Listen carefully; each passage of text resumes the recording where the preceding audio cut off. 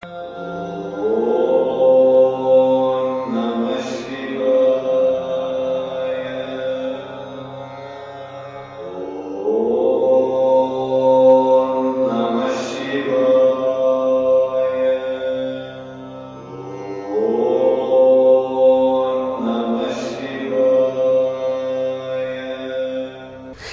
ವಾಮನ ಪುರಾಣಂ 92ನೆಯ ಅಧ್ಯಾಯವು.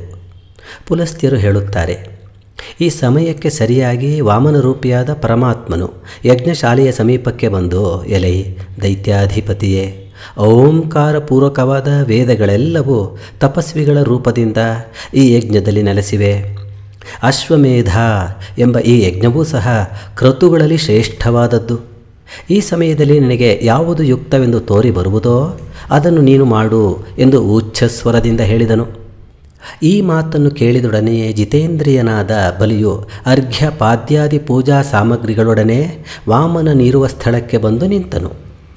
ಅಲ್ಲಿಯೇ ದೇವಾಧಿಪತಿಯಾದ ಆ ವಾಮನನನ್ನು ಯಥಾವಿಧಿಯಾಗಿ ಪೂಜಿಸಿ, ಪೂಜ್ಯನೇ, ನಿನಗೆ ಏನನ್ನು ಕೊಡಬೇಕು ಹೇಳು ಎಂದನು. ಆಗ ಮಧುವೈರಿಯಾದ ವಾಮನನು ಬಹಳ ನಗುತ್ತಾ ಸಮೀಪದಲ್ಲಿದ್ದ ಭರದ್ವಾಜನನ್ನು ನೋಡಿ ಬಲಿಯನ್ನು ಕುರಿತು ಹೀಗೆ ಹೇಳಿದನು. ನನ್ನ ಗುರುವಿಗೂ ಒಬ್ಬ ಗುರುಗಳಿರುವರು. ಆ ಮಹಾಗುರುವು ಶುಶ್ರೂಷೆಗಾಗಿ ಅಗ್ನಿಯ ಪರಿಗ್ರಹವನ್ನು ಹೊಂದಿರುವರು. ಅವರ ಪರಕೀಯವಾದ ಭೂಮಿಯಲ್ಲಿ ಅಗ್ನಿಯನ್ನು ಸ್ಥಾಪಿಸಲಾರರು. ಅದಕ್ಕಾಗಿ ದಾನವರಾಜನಾದ ನಿನ್ನಲ್ಲಿ 3 ಹೆಜ್ಜೆಯ ಪರಿಮಿತಿಯುಳ್ಳ ಭೂಮಿಯನ್ನು ಯಾಚಿಸುತ್ತಿರುವೆನು. ದೊರೆಯೇ, ನಿನ್ನ ಶರೀರ ಪ್ರಮಾಣಕ್ಕೆ ಅನುಗುಣವಾಗಿ 3 ಹೆಜ್ಜೆಯ ಭೂಮಿಯನ್ನು ದಾನ ಮಾಡು. ವಾಮನನ ಈ ಮಾತನ್ನು ಕೇಳಿ ಬಲಿಯು ಸಮೀಪದಲ್ಲಿದ್ದ ತನ್ನ ಹೆಂಡತಿಯನ್ನು, ಮಗನಾದ ಬಾಣನನ್ನು ನೋಡಿದನು. ನೋಡಿ ಹೀಗೆ ಹೇಳಿದನು, ಈ ವಾಮನನು ಆಕಾರದಲ್ಲಿ ಮಾತ್ರವೇ ಲಘುವಾಗಿಲ್ಲ, ಮನೋರಥದಲ್ಲಿಯೂ ಲಘುವೇ ಆಗಿರುವನು. ಆದುದರಿಂದಲೇ ದಾನಶೀಲನಾದ ನನ್ನಲ್ಲಿಯೂ 3 ಹೆಜ್ಜೆಯ ಭೂಮಿಯನ್ನು ಮಾತ್ರ ಯಾಚಿಸುತ್ತಿರುವನು. ಅಲ್ಪ ವಸ್ತುವಿಗಾಗಿ ಪ್ರಯಾಸ ಪಡುತ್ತಿರುವ ಈ ವಿಷ್ಣುವಿನಂತೆಯೇ ಪುಣ್ಯಹೀನರಾದ ಅಲ್ಪ ಬುದ್ಧಿಯುಳ್ಳ ಮನುಷ್ಯರು ಲಘುವಾದ ವಸ್ತುವನ್ನೇ ಅಪೇಕ್ಷಿಸುತ್ತಾರೆ. ಅಂತಹ ನಿರ್ಭಾಗ್ಯರಿಗೆ ವಿಧಿಯೂ ಸಹ ಪ್ರಾಯಕವಾಗಿ ಧನಾದಿ ಸಮೃದ್ಧಿಯನ್ನು ಕೊಡುವುದೇ ಇಲ್ಲ. ಭಾಗ್ಯಹೀನನಾದವನಿಗೆ ಧನಾದಿಗಳನ್ನು ಹೊಂದುವ ಅದೃಷ್ಟವೂ ಇರುವುದಿಲ್ಲ. ಆದುದರಿಂದಲೇ ದಾನಶೀಲನಾದ ನನ್ನಲ್ಲಿಯೂ ಈ ವಾಮನನು 3 ಹೆಜ್ಜೆಯ ಭೂಮಿಯನ್ನು ಯಾಚಿಸುತ್ತಿದ್ದಾನೆ. ಮಹಾದಾನಶೀಲನಾದ ಆ ಬಲಿಯು ಸತೀಸುತರನ್ನು ಕುರಿತು ತನ್ನ ಔದಾರ್ಯಕ್ಕೆ ತಕ್ಕಂತೆ ಹೀಗೆ ಹೇಳಿ ಹರಿಯನ್ನು ಕುರಿತು ಹೀಗೆ ಹೇಳುತ್ತಾನೆ. ಎಲೈ ವಿಷ್ಣುವೇ, ನೀನು ಯಾಚಕನಾಗಿ ಬಂದಿರುವೆ. ಜಗತ್ಪತಿಯಾದ ನಾನು ಧಾತೃವಾಗಿರುವೆನು. ನನ್ನಲ್ಲಿರುವ ಆನೆ, ಕುದುರೆ, ಭೂಮಿ, ದಾಸಿಗಳು, ದನ ಕನಕಾದಿಗಳು, ಇವುಗಳಲ್ಲಿ ನನ್ನ ಗೌರವಕ್ಕೆ ತಕ್ಕ ಯಾವುದನ್ನಾದರೂ ನಿನಗೆ ಇಷ್ಟವಾದದ್ದನ್ನು ಕೇಳು. ನೀನು ಕೇಳುತ್ತಿರುವ 3 ಹೆಜ್ಜೆಯ ಭೂಮಿಯನ್ನು ಕೊಡಲು ನನಗೆ ಲಜ್ಜೆಯಾಗುವುದಿಲ್ಲವೇ? ಲಘುಪ್ರಿಯನಾದ ನೀನಾದರೂ ಲಜ್ಜೆ ಇಲ್ಲದೆ ಇದನ್ನು ಕೇಳಬಹುದು. ಉದಾರಿಯಾದ ನಾನು ಇದನ್ನು ನಾಚಿಕೆ ಇಲ್ಲದೆ ಹೇಗೆ ಕೊಡಲಿ? ನನ್ನ ಪಾತಾಳ ಲೋಕ, ಭೂಲೋಕ, ಸ್ವರ್ಗಲೋಕ ಇವುಗಳಲ್ಲಿ ಯಾವುದನ್ನಾದರೂ ಕೊಡಲು ಸಿದ್ಧನಾಗಿರುವೆನು. ಎಲೈ ವಾಮನನೇ, ನಿಶ್ಶಂಕೆಯಿಂದ ಯಾಚಿಸು. ವಾಮನನು ಹೇಳುತ್ತಾನೆ, ದೊರೆಯೇ, ಉದಾರನಾದ ನೀನು ಆನೆ, ಕುದುರೆ, ಭೂಮಿ, ದನಕನಕಾದಿಗಳು ಇವುಗಳನ್ನು ಅಪೇಕ್ಷಿಸುವವರಿಗೆ ಯಥೇಚ್ಛವಾಗಿ ಕೊಡು. ನಾನು ಮಾತ್ರ ಇಷ್ಟಕ್ಕೆ ಯಾಚಕನಾಗಿರುವೆನು. 3 ಹೆಜ್ಜೆಯ ಪ್ರದೇಶವನ್ನು ಮಾತ್ರ ನನಗೆ ಕೊಡು ಎನ್ನಲು ಒಡನೆ ಬಲಿಯು ಚಿನ್ನದ ಬಟ್ಟಲಿನಿಂದ ದಾನೋದಕವನ್ನರೆದು ವಿಷ್ಣುವಿಗೆ 3 ಹೆಜ್ಜೆಯ ಪ್ರದೇಶವನ್ನು ದಾನ ಮಾಡಿದನು. ದಾನೋದಕವು ಕೈಗೆ ಬಿದ್ದೊಡನೆಯೇ ಆ ವಾಮನನು 3 ಲೋಕವನ್ನೂ ಆಕ್ರಮಿಸಲು ಸಮರ್ಥವಾದ, ದೃಢವಾಗಿಯೂ ಜಗದ್ವ್ಯಾಪಿಯಾಗಿಯೂ ಇರುವ ದಿವ್ಯ ರೂಪವನ್ನು ಧರಿಸಿದನು. ಆ ದಿವ್ಯ ರೂಪದಲ್ಲಿ ಭೂಮಿಯು ಪಾದದಲ್ಲಿಯೂ, ಅಂತರಿಕ್ಷವು ಮೊಣಕಾಲುಗಳಲ್ಲಿಯೂ, ಲೋಕವಂದ್ಯವಾದ ಸತ್ಯಲೋಕ ಮತ್ತು ತಪೋಲೋಕಗಳು 2 ಮಂಡಿಗಳಲ್ಲಿಯೂ, ಮೇರು ಮತ್ತು ಮಂದರ ಪರ್ವತಗಳು ತೊಡೆಗಳಲ್ಲಿಯೂ, ವಿಶ್ವೇ ದೇವತೆಗಳು ಸೊಂಟದಲ್ಲಿಯೂ, ಮರುತ್ತುಗಳು ಹೊಕ್ಕಳಿನ ಕೆಳಭಾಗ ಮತ್ತು ಮೇಲ್ಭಾಗದಲ್ಲಿಯೂ, ಮನ್ಮಥನು ಲಿಂಗದಲ್ಲಿಯೂ, ಪ್ರಜಾಪತಿಯು ವೃಷಣ ಪ್ರದೇಶದಲ್ಲಿಯೂ, ಸಪ್ತ ಸಮುದ್ರಗಳು ಹೊಟ್ಟೆಯಲ್ಲಿಯೂ, ಎಲ್ಲ ಲೋಕಗಳು ಜಠರದಲ್ಲಿಯೂ, ನದಿಗಳೆಲ್ಲವೂ ಹೊಟ್ಟೆಯ ಮೇಲಿನ ವಲಿತ್ರಯ ಅಂದರೆ ಮಡಿಕೆಯಲ್ಲಿಯೂ, ಯಜ್ಞವು ಜಠರದ ಒಳಭಾಗದಲ್ಲಿಯೂ ನಿಂತವು. ಇಷ್ಟಾಪೂರ್ತಾದಿ ಸರ್ವ ಕ್ರಿಯೆಗಳು ಮಂತ್ರಗಳು ಆ ದೇಹದಲ್ಲಿ ನೆಲೆಸಿದವು. ಅಷ್ಟವಸುಗಳಾದ ದೇವತೆಗಳು ಎಲ್ಲರೂ ಪೃಷ್ಠಭಾಗದಲ್ಲಿಯೂ, ಏಕಾದಶ ರುದ್ರರು ಭುಜದ ಮೇಲೆಯೂ ನಿಂತರು. ದಿಕ್ಕುಗಳೆಲ್ಲವೂ ಅವನ ತೋಳುಗಳಾದವು. ಅಷ್ಟವಸುಗಳು ಕೈಗಳಾದವು.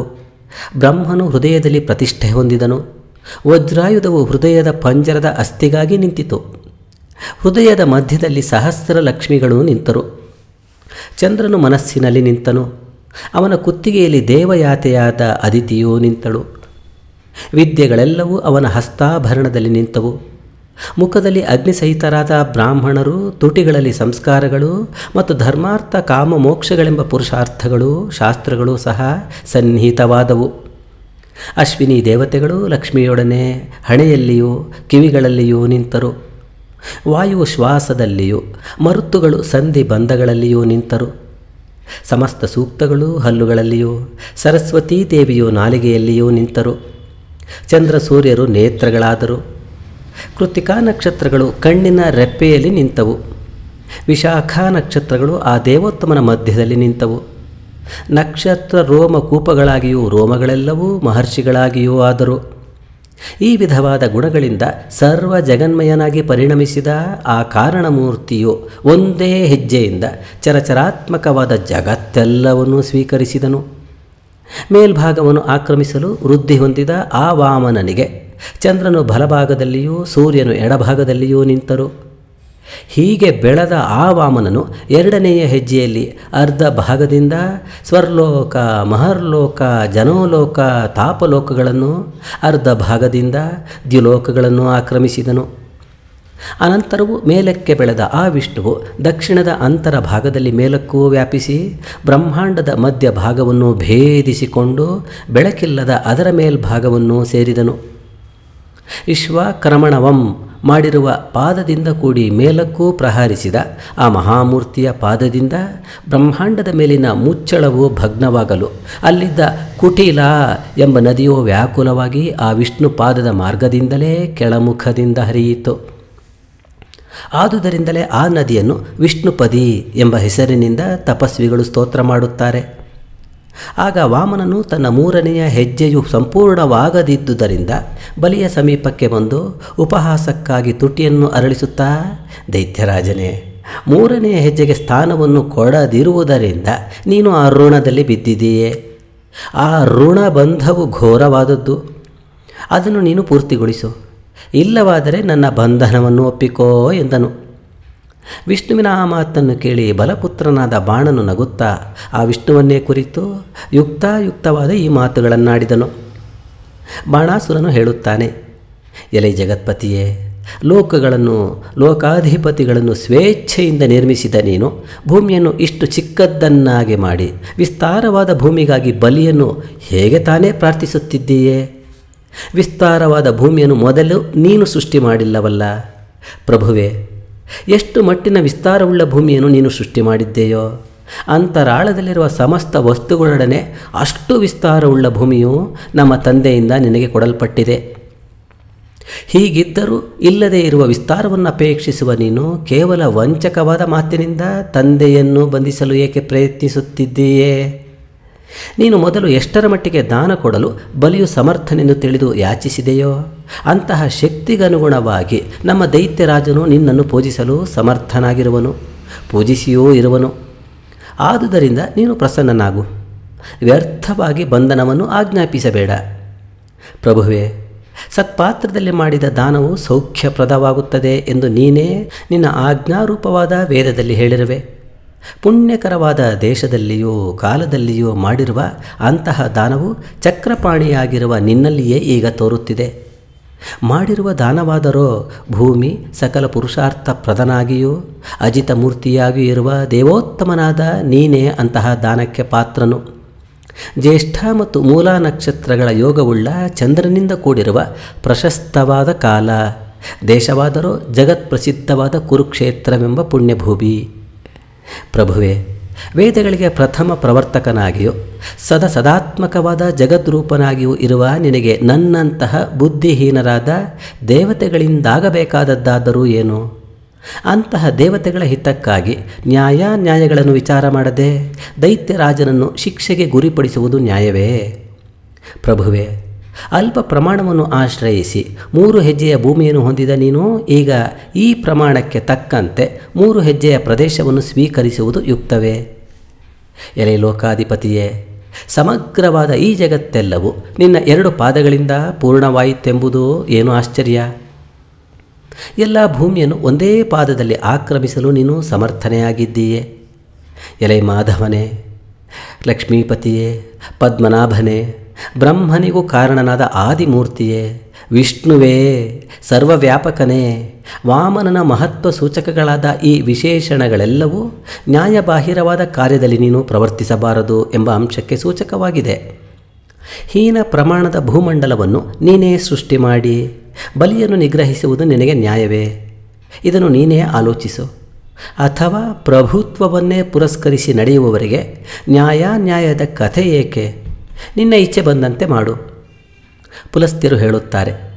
ಹೀಗೆ ಬಲಿಪುತ್ರನಾದ ಬಾಣನು ಆಕ್ಷೇಪಿಸುವುದನ್ನು ಕೇಳಿ ಆದಿಕರ್ತೃವಾದ ಆ ಜನಾರ್ದನ ಮೂರ್ತಿಯು ಅವನನ್ನು ಕುರಿತು ಹೀಗೆ ಹೇಳಿದನು. ಎಲೆ ಬಲಿಪುತ್ರನೇ, ನೀನು ಇದುವರೆಗೂ ಯಾವ ಮಾತುಗಳನ್ನು ಹೇಳಿದೆಯೋ ಅದಕ್ಕೆಲ್ಲ ಸಂಯುಕ್ತಿಕವಾದ ಪ್ರತ್ಯುತ್ತರವನ್ನು ಹೇಳುತ್ತೇನೆ, ಕೇಳು. ಮೊದಲು ನಾನು ನಿನ್ನ ತಂದೆಯನ್ನು ಕುರಿತು, ದೊರೆಯೇ, ನನ್ನ ಪ್ರಮಾಣಕ್ಕೆ ತಕ್ಕಂತೆ 3 ಹೆಜ್ಜೆಯ ಪ್ರದೇಶವನ್ನು ಕೊಡು ಎಂದು ಕೇಳಿದೆನು. ನಾನು ಕೇಳಿದಂತೆಯೇ ಅವನು ಕೊಟ್ಟನು. ನಿನ್ನ ತಂದೆಯಾದ ಅಸುರ ರಾಜನು ನನ್ನ ಪ್ರಮಾಣವನ್ನು ತಿಳಿದಿರಲಿಲ್ಲವೇ? ಹಾಗೆ ತಿಳಿಯದಿದ್ದಲ್ಲಿ ನಿರ್ಭಯನಾಗಿ ನಾನು ಕೇಳಿದ ಪಾದತ್ರಯವನ್ನು ಹೇಗೆ ಕೊಡುತ್ತಿದ್ದನು? ನೀನು ಹೇಳಿದಂತೆ ಒಂದೇ ಹೆಜ್ಜೆಯಿಂದ ಭೂರ್ಭುವಾದಿ ಲೋಕಗಳನ್ನೆಲ್ಲ ನಾನು ಆಕ್ರಮಿಸಬಲ್ಲನೆಂಬುದು ನಿಜ. ಆದರೆ ಬಲಿಯ ಹಿತಕ್ಕಾಗಿ 2 ಹೆಜ್ಜೆಯನ್ನು ಮಾಡಿರುವೆನು. ಎಲೆ ಬಲಿಪುತ್ರನೇ, ನಿನ್ನ ತಂದೆಯು ಉದಾರತೆಯ ಆವೇಶದಿಂದ ಸಂದೇಹ ಪಡದೆ ನನ್ನ ಕೈಯಲ್ಲಿನ ದಾನೋದಕವನ್ನು ಬಿಟ್ಟುದುದರಿಂದಲೇ ಅವನಿಗೆ ಕಲ್ಪಪರ್ಯಂತವಾದ ಆಯಸ್ಸು ಉಂಟಾಗುತ್ತದೆ. ಬಲಿಪುತ್ರನಾದ ಬಾಣನನ್ನು ಕುರಿತು ತ್ರಿವಿಕ್ರಮನು ಹೀಗೆ ಉತ್ತರ ಹೇಳಿ ಬಲಿಯ ಸಮೀಪಕ್ಕೆ ಬಂದು ಮಧುರವಾದ ಈ ಮಾತನ್ನು ಹೇಳಿದನು. ದೈತ್ಯರಾಜನೇ, ಯಜ್ಞ ದಕ್ಷಿಣೆಯನ್ನು ಪೂರ್ತಿಯಾಗಿ ಸಲ್ಲಿಸುವುದರಿಂದ ಇದಕ್ಕೆ ಮಹಾಫಲ ರೂಪವಾದ ಸುತಲವೆಂಬ ಪಾತಾಳ ಲೋಕಕ್ಕೆ ಹೋಗಿ ಅಲ್ಲಿ ಸುಖದಿಂದ ವಾಸ ಮಾಡು. ಬಲಿಯು ಹೇಳುತ್ತಾನೆ, ಪ್ರಭುವೇ, ಸುತಲದಲ್ಲಿ ವಾಸ ಮಾಡುವ ನನಗೆ ಸುಖದಿಂದ ಅಲ್ಲಿ ಜೀವಿಸಲು ಭೋಗ ಸಾಮಗ್ರಿಗಳು ಹೇಗೆ ಲಭಿಸುವುವು? ತ್ರಿವಿಕ್ರಮನು ಹೇಳುತ್ತಾನೆ, ದೈತ್ಯರಾಜನೇ, ಸುತಲದಲ್ಲೂ ವಾಸಿಸುವ ನಿನಗೆ ಮಹಾಭೋಗಕ್ಕೂ ಅರ್ಹಗಳಾದ ಭೋಗ್ಯ ವಸ್ತುಗಳು ಹೇಗೆ ಲಭಿಸುವುದೆಂಬುದನ್ನು ಹೇಳುತ್ತೇನೆ, ಕೇಳು. ವಿಧಿಯನ್ನು ಉಲ್ಲಂಘಿಸಿ ಯಾರು ದಾನ ಮಾಡುತ್ತಾರೆಯೋ ಅಂತಹ ದಾನವು ಶ್ರೋತ್ರಿಯರಲ್ಲದವರ ಶ್ರಾದ್ದಗಳು, ವ್ರತ ನಿಯಮವಿಲ್ಲದ ಅಧ್ಯಯನಗಳು ನಿನಗೆ ಫಲವನ್ನುಂಟು ಮಾಡುತ್ತದೆ. ಹಾಗೆಯೇ ಇಂದ್ರನ ಮಹೋತ್ಸವವು ಮುಗಿದ ಮೇಲೆ ದೀಪ ಪ್ರದಾನವೆಂಬ ಅಂದರೆ ದೀಪಾವಳಿ ಮಹೋತ್ಸವವು ನಿನಗಾಗಿಯೇ ನಡೆಯುತ್ತದೆ. ಆ ಉತ್ಸವದಲ್ಲಿ ಮನುಷ್ಯ ಶ್ರೇಷ್ಠರೆಲ್ಲರೂ ಹೂವುಗಳು, ದೀಪಗಳು ಎಲ್ಲವನ್ನು ನಿನಗೆ ಅರ್ಪಿಸಿ ಪ್ರಯತ್ನದಿಂದ ಪೂಜಿಸುತ್ತಾರೆ. ಅಂತಹ ಆ ಉತ್ಸವವು ಸಹ ನೀನಿರುವ ಸ್ಥಳದಲ್ಲಿಯೇ ನಿನ್ನ ಹೆಸರಿನಿಂದ ಪ್ರಖ್ಯಾತಿಗೊಳ್ಳುತ್ತದೆ. ನಿನ್ನ ರಾಜ್ಯದಲ್ಲಿ ಈಗ ಇರುವಂತೆಯೇ ಅಲ್ಲಿಯೂ ಕೌಮುದಿ ಎಂಬ ಮಹೋತ್ಸವವು ನಡೆಯುತ್ತದೆ. ಆ ವಾಸುದೇವನು ದೈತ್ಯರಾಜನಾದ ಬಲಿಯನ್ನು ಕುರಿತು ಹೀಗೆ ಹೇಳಿ ಪುತ್ರ ಮತ್ತು ಪತ್ನಿಯೊಡನೆ ಅವನನ್ನು ಕಳುಹಿಸಿಕೊಟ್ಟು ಭೂಮಿಯನ್ನೆಲ್ಲ ಸ್ವಾಧೀನಪಡಿಸಿಕೊಂಡು ಇಂದ್ರ ಬ್ರಹ್ಮಾದಿಗಳಿಂದ ಪೂಜಿತನಾಗಿ ಅಲ್ಲಿಂದ ಹೊರಟನು. ಅನಂತರ ಆ ಮಧುಸೂದನನು ಇಂದ್ರನಿಗೆ ಸ್ವರ್ಗವನ್ನು ಕೊಟ್ಟು ದೇವತೆಗಳನ್ನೆಲ್ಲ ಯಜ್ಞ ಭಾಗಾರ್ಹರನ್ನಾಗಿ ಮಾಡಿ ಸುರಪತಿಗಳೆಲ್ಲರೂ ನೋಡುತ್ತಿರುವಾಗಲೇ ಅಂತರ್ಧಾನ ಹೊಂದಿದನು. ಹೀಗೆ ವಾಸುದೇವನು ಸ್ವಸ್ಥಾನಕ್ಕೆ ತೆರಳಿದೊಡನೆಯೇ ಶಾಲ್ವನು ಅಸುರರ ಮಹಾಸೈನ್ಯದೊಡನೆ ಸೌಭ ಎಂಬ ನಗರವನ್ನು ನಿರ್ಮಿಸಿ ಆಕಾಶದಲ್ಲೆಲ್ಲ ಮನಬಂದಂತೆ ಸಂಚರಿಸಲು ಹೊರಟನು. ಮಯನೂ ಸಹ ಇಚ್ಛಾ ಮಾತ್ರದಿಂದ ಚಿನ್ನ, ಕಬ್ಬಿಣ, ತಾಮ್ರ ಮೊದಲಾದವುಗಳಿಂದ ಸೌಖ್ಯಕರವಾದ ತ್ರಿಪುರವೆಂಬ ನಗರವನ್ನು ನಿರ್ಮಿಸಿದನು. ತಾರಕನೆಂಬ ದೈತ್ಯನೂ ಸಹ ಮಿತ್ರ ಕಲತ್ರರಿಂದ ಕೂಡಿ ವೈದ್ಯುತನೊಡನೆ ಅಲ್ಲಿದ್ದನು. ಬಲಿಪುತ್ರನಾದ ಬಾಣನೂ ಸಹ ವಾಸುದೇವನು ಸ್ವಸ್ಥಾನಕ್ಕೂ ಬಲಿಯು ಬಂಧಿತನಾಗಿ ಪಾತಾಳಕ್ಕೂ ತೆರಳಿದ ಮೇಲೆ ಭೂಮಿಯಲ್ಲಿಯೇ ಶೋಣೀತವೆಂಬ ದೃಢವಾದ ನಗರವನ್ನು ನಿರ್ಮಿಸಿ ದಾನವರೊಡನೆ ಅಲ್ಲಿ ನೆಲೆಸಿದನು. ಎಲೈ ಬ್ರಾಹ್ಮಣೋತ್ತಮನೇ, ಹೀಗೆ ಪೂರ್ವದಲ್ಲಿ ವಾಮನ ರೂಪಧಾರಿಯಾದ ಚಕ್ರಧರನಾದ ವಿಷ್ಣುವಿನಿಂದ ಇಂದ್ರನ ಪ್ರೀತಿಗಾಗಿಯೂ ಸುರರ ಮತ್ತು ಗೋಬ್ರಾಹ್ಮಣರ ಹಿತಕ್ಕಾಗಿಯೂ ಬಲಿಯು ಬಂಧಿತನಾದನು. ಎಲೈ ಮಹರ್ಷಿಯೇ, ಪುಣ್ಯಕರವಾಗಿಯೂ ಸ್ವತಃ ಪವಿತ್ರವಾಗಿಯೂ ರಮಣೀಯವಾಗಿಯೂ ಇರುವ ಈ ವಾಮನ ಪ್ರಾದುರ್ಭಾವವನ್ನು ನಿನಗೆ ಹೇಳಿರುವೆನು. ಯಾವ ಈ ಉಪಾಖ್ಯಾನದ ಶ್ರವಣವು, ಕೀರ್ತನವು, ಸ್ಮರಣ ಮಾತ್ರವೂ ಸಹ ಸರ್ವ ಪಾಪನಾಶಕವಾಗಿಯೂ ಪುಣ್ಯಕರವಾಗಿಯೂ ಆಗುತ್ತದೆ. ಮುನಿಯೇ, ಪುಣ್ಯಕೀರ್ತಿಯಾದ ಬಲಿಯು ಬಂಧ ಹೊಂದಿದ ಮೇಲೆ ಈ ವಾಮನ ಚರಿತ್ರೆಯನ್ನು ನಿನಗೆ ಹೇಳಿದ್ದಾಯಿತು. ಇನ್ನು ಮುಂದೆ ಮತ್ತೇನನ್ನು ಕೇಳಲು ಆಶಿಸುತ್ತಿದ್ದೀಯೇ? ಕೇಳು, ಅದನ್ನು ಹೇಳುವೆನು. ಇಂತೂ ಶ್ರೀವಾಮನ ಪುರಾಣದ ಬಲಿಬಂಧನವೆಂಬ 92ನೆಯ ಅಧ್ಯಾಯವು ಸಮಾಪ್ತವಾದುದು. ಶ್ರೀರಸ್ತು.